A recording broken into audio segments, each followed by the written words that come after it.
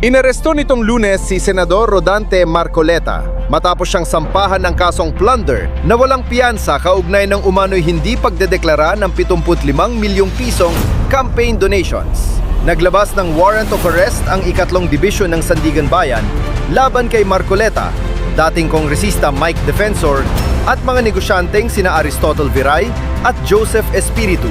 Ayon sa abogado ni Marcoleta na si Patrick Velez, kusang loob na nagtungo ang senador sa Sandigan Bayan bago pa man ipatupad ang warrant bilang patunay ng kanyang mabuting hangarin at pakikipagtulungan sa proseso ng batas.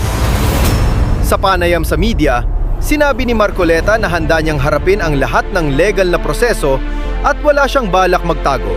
Magpunta ko rito, inaasahan ko na lahat mga proseso na gagawin. Kagaya ng sinabi ko sa inyo, ako ay hindi magtatago. Haharapin ko ang batas, ang asunto, sang-ayon sa pagkakaintindi ko sa mga batas natin.